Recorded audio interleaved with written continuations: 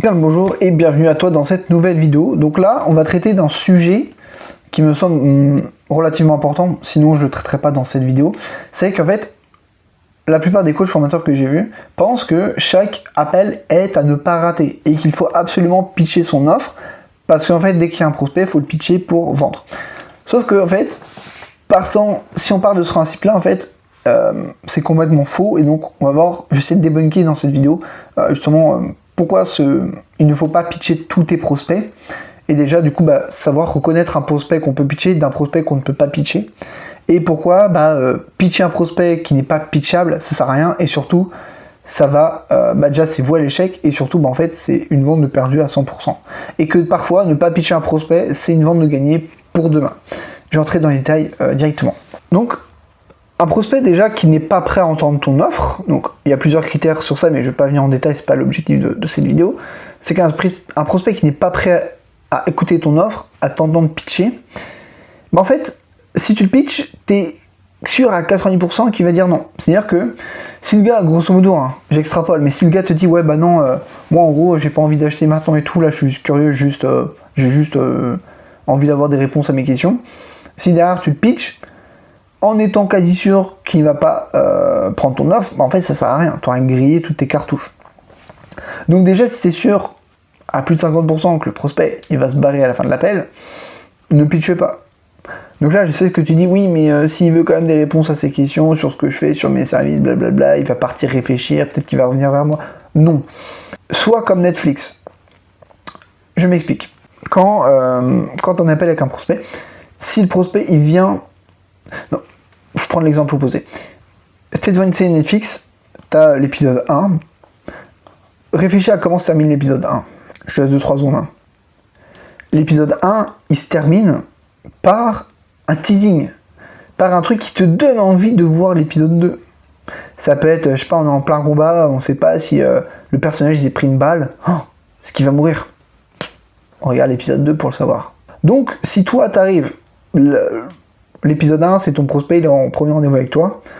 Il veut des réponses à ses questions. Si toi, tu lui balances tout sur un plateau, si le prospect n'est pas prêt à prendre une décision, pourquoi tu lui balances toutes tes infos?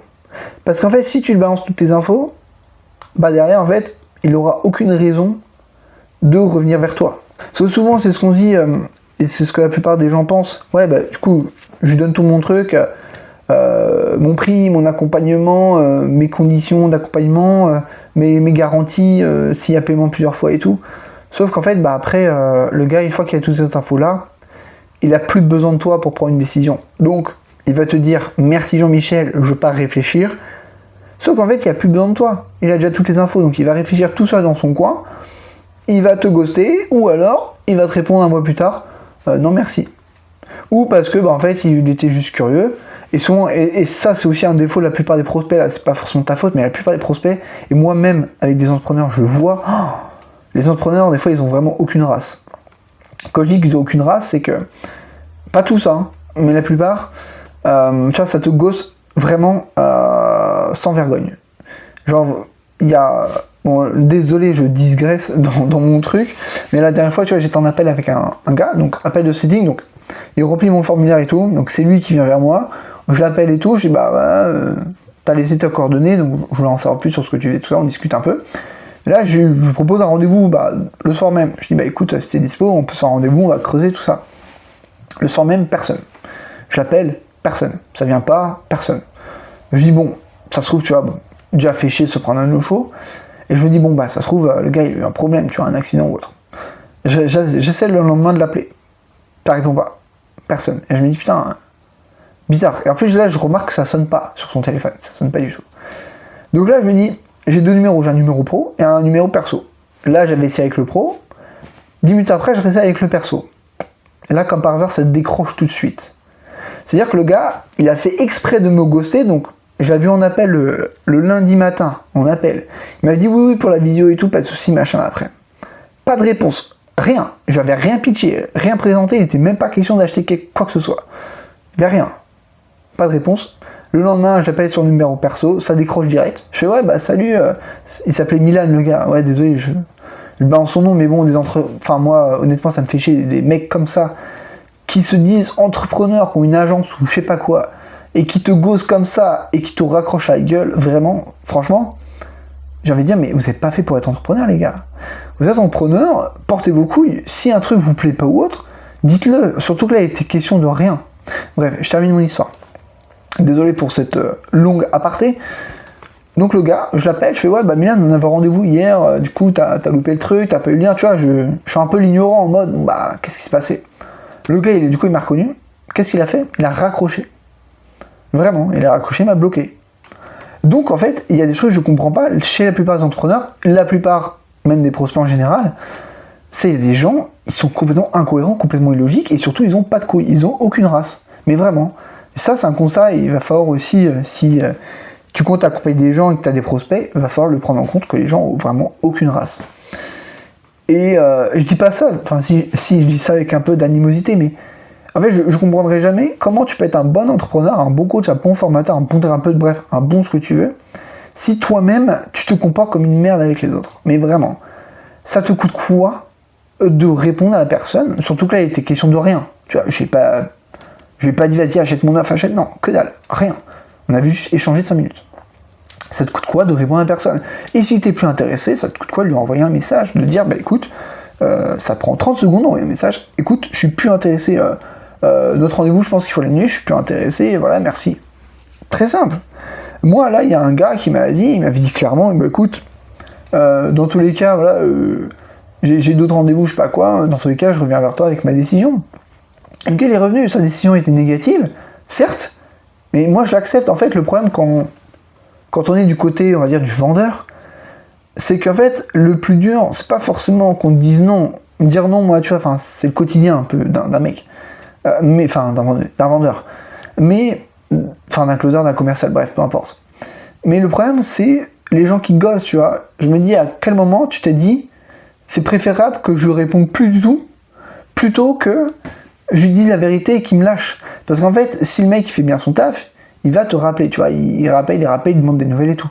Peut-être ça te fait chier de recevoir des coups de fil, donc au lieu de pas décrocher, décroche, dis merci, je suis pas intéressé, je suis plus intéressé, basta. Et tout le monde passe à autre chose. Bref, c'est un truc que je comprendrai jamais. Désolé pour cet aparté, je me suis un peu... voilà, mais bon, ça me tenait à cœur de partager ça. Du coup, faut que je reprenne le fil. Voilà. Pitcher au bon moment, désolé hein, pour cette longue aparté. Donc, essaie de te voir comme Netflix. Donc, si partant de ce constat-là que les prospects ont souvent aucune race et qu'ils vont pas te donner de nouvelles, ce qui est le cas, hein. Je dis pas ça, voilà, mais ce qui est 90% des cas, si tu donnes toutes tes infos au premier rendez-vous ou autre, bah les gars, c'est fini, il va jamais revenir vers toi. Déjà que quand tu lui promets rien ou qu'il n'y a rien, il revient pas vers toi. Alors en plus, il a toutes les infos pour prendre sa décision tout seul, t'es sûr qu'il va jamais revenir vers toi. C'est pour ça que si le prospect il n'est pas pitchable, ça ne sert à rien de le pitcher. Voilà, c'est un peu la mini-conclusion de cette partie, mais voilà, il y avait aussi un truc, c'est que en plus de perdre la vente, tu grilles aussi ta cartouche, parce que peut-être que ce prospect-là aurait été intéressé dans 3 mois, 6 mois. Et du coup, bah, dans 3 mois, 6 mois, tu perds ta cartouche. Quand je dis tu perds ta cartouche, c'est-à-dire que comme il aura eu toutes les informations sur ton service, bah tu vois, il va voir des publicités de d'autres gars ou autres, et du coup, il va forcément t'oublier. Sauf si derrière, tu as une bonne strat de nurturing, de relance et tout, donc ça, on le verra pas. Enfin, j'en ai fait déjà une vidéo, donc tu pourras aller la checker. Mais mis à part, c'était une bonne strat de nurturing et de relance, t'as grillé ta cartouche, et du coup, bah c'est mort. Donc t'as perdu la vente. Donc, ce qu'il faut retenir de ça, c'est que faut pas pitcher tout le monde, et surtout que un bon vendeur, ou toi si tu fais bien ton job, c'est aussi de savoir reconnaître quand ne pas pitcher, surtout. Reconnaître, c'est dur, hein, parce qu'en fait tu dis oui, bah moi je vais pitcher tout le monde, puis voilà, il y en a qui vont dire oui, il y en a d'autres qui vont dire non, et puis ça. Non. Faut reconnaître quand ne pas pitcher un prospect, et donc faut savoir quand le prospect n'est pas pitchable. Pour ça, moi j'ai souvent 7 points à vérifier, voire 8, mais j'ai 7 points à vérifier en appel. Et en fait, si les 7 points ne sont pas vérifiés, je pitche pas. Et là, tu vas me dire, ok, quels sont ces 7 points? Bon, ça serait une vidéo à part entière, j'en ferai une. Et surtout, que faire si je pitche pas? Si le gars, je l'en appelle et qu'à la fin, je pitche pas, qu'est-ce que je fais avec lui? Moi, ce que je fais, c'est un peu une métaphore qu'un de mes mentors m'avait dit, c'est en gros, tu lui donnes à grignoter. C'est comme si il a faim, tu lui donnes l'apéro. En gros, c'est ça. C'est, voilà, tu lui donnes des chips, il est content. C'est-à-dire que, souvent, moi, ce que je fais, c'est que je donne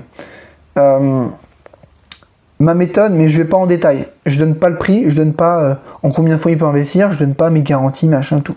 Je donne juste, écoute, moi, ce que je fais souvent avec mes clients, c'est que je travaille sur plusieurs points. Je travaille sur ça, je travaille sur ça, je travaille sur ça. Si à un moment donné, ça t'intéresse de travailler sur cette partie-là et que ça sera le bon moment pour toi, on pourra se reparler. Et là, j'entrerai dans tous les détails. Là, aujourd'hui, ça fait pas sens parce que du coup, je vais encore te prendre du temps pour pas, voilà, pour rien. Mais en tout cas, voilà, moi, je travaille sur ça. J'ai plusieurs manières de travailler selon les besoins des clients. Donc, c'est pour ça qu'au moment où tu seras prêt, on pourra en reparler, en rediscuter. Tu lui as donné un peu de chips, hop, il est content, il a grignoté, et t'as pas grillé toutes tes cartouches. Et pour ça, il faut reconnaître un prospect qui n'est pas pitchable. Ok. Ouais, en fait, j'avais noté plusieurs trucs. Ok, ouais, bon. Je vais quand même te donner rapidement comme des clés pour identifier un prospect pitchable ou pas. Déjà, c'est est-ce que la personne a conscience de son problème? Donc, s'il arrive vers toi et que le gars, il te dit, ouais, bah moi... Enfin, quand je dis il a conscience de son problème, en gros, est-ce que son problème est assez douloureux aujourd'hui pour lui? Par exemple, si le gars, moi, il me dit, ouais, bah je veux juste plus de clients, mais j'en ai déjà assez, et là, j'en veux juste plus, je me dis, bon, pas très motivé le garçon. Par contre, s'il me dit, ouais, bah là, il me faut absolument des clients maintenant, sinon ça va être très compliqué pour moi, là, je me dis, ok, déjà, là, il a conscience que son problème, c'est un problème, et que son problème est assez urgent. Donc, il y a aussi la notion d'urgence dans son problème à avoir. Premier élément. Est-ce qu'il est prêt à s'investir maintenant ou pas dans cette solution? Là, tu vois, cette vidéo elle sort en juillet, souvent c'est la période où tout le monde se dit ouais bah je verrai la rentrée. S'il y a quelqu'un qui te dit ouais bah moi je veux m'investir mais qu'en septembre, à quoi bon lui pitcher ton truc en juillet? Il dit bah écoute, ok tant mieux, bah ce que je te propose c'est que là tu vas partir en vacances tranquille et hop en juillet on réattaque, tu seras de nouveau à 100% dans ton activité, dans ton business, hop on se recale un rendez-vous et je t'explique tout. Donc, est-ce qu'il est prêt à s'investir maintenant? Donc ça, c'était ça. Est-ce qu'il recherche aussi activement une solution?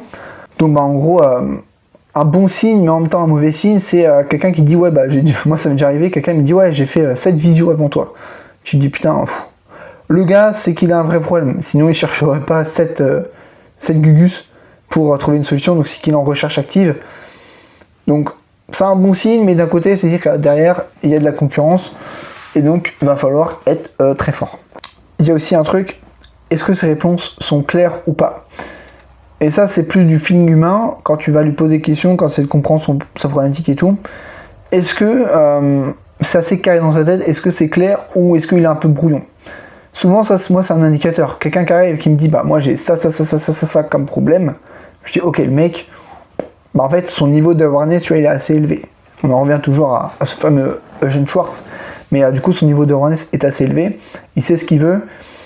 Et tu vois, et c'est assez carré. Et ça montre aussi que potentiellement, il est mature pour prendre une décision.